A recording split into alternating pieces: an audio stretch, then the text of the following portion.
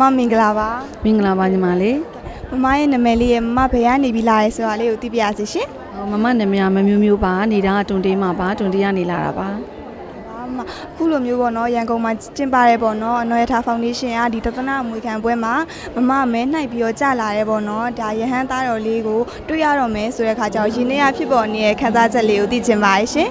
ပီတီတွေအများကြီးဖြစ်ပါတယ်စက်သိန်းတွေလည်းထားပါတယ်ကိုရဟန်းတွေလည်းခံမှုပါတယ်ရဟန်းဟိုတိတ်ခါတက်ထားတဲ့ဆရာတော်ကြီးတွေလည်းရှိပါတယ်ဒါပေမဲ့ဒီဟာလေးကပို့ပြီးပီတီဖြစ်ကြတယ်ဘာလို့လဲဆိုတော့ဘယ်တန်ငါကြမယ်မသိဘူးကိုရင်ကြမှာလားဦးချင်းကြမှာလားလည်းမသိဘူးကိုရီးယားရှင်းရှင်းပြောရင်ဟိုသားသမီးမရှိတဲ့လူဖြစ်တဲ့အတွက်ကိုကြလာတဲ့တန်ငါကိုသားသမီးလေးလို့ပြောမယ်ဆိုရင်ကိုရဟန်းလေးလို့ဟိုပြိုးထောင်ခြင်းတဲ့အတွက်အရန်ပီတီဖြစ်ကြတယ်အခုကြလာတဲ့တန်ငါလေးကလည်းရဟန်းဖြစ်နေတဲ့အတွက်ပို့ပြီးတီးဖြစ်ကြပါတယ်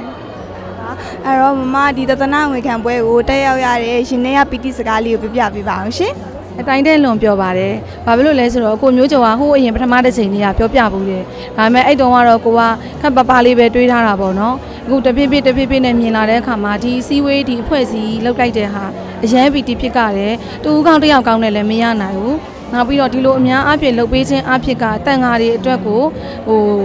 တန်ဃာမကွယ်သွားဘူးပေါ့နော်တချို့တွေဆိုရင်တန်ဃာတဖြည်းဖြည်းပါလာတာတွေရှိတယ်ချို့စာတင်လိုက်တွေမှာလည်းပါလာတာရှိတယ်စာဝိနေရေးကြတော့၎င်းပညာရေးစေးတော့၎င်းပေါ့နော်အများကြီးကြောင့်တဖြည်းဖြည်းနဲ့တန်ဃာတွေကိုရင်လေးတွေမပျော်တော့တာရှိတယ်အခုလိုလေးတွေကိုတစ်ပတ်တစ်လမ်းကနေလှုပ်ပေးတဲ့လူတွေရှိတဲ့ခါမှာအမားတို့ကလည်းအနှဲငယ်ပေါ့ကိုနိုင်ချမ်းတွေ့လေးပါပြီးတော့ပန့်ပိုးရတဲ့အတွက်ဒီအဖွဲ့အစည်းကိုလည်းကျေးဇူးအများကြီးတင်တယ်ဆရာတော်ကြီးနေတခွပေါ့နော်ဥပဒကတွေအကုန်လုံးကိုလည်းကျေးဇူးတင်ပါတယ်တကယ်လည်းပျော်ရပါတယ်ပီတိလည်းအရန်ဖြစ်ပါတယ်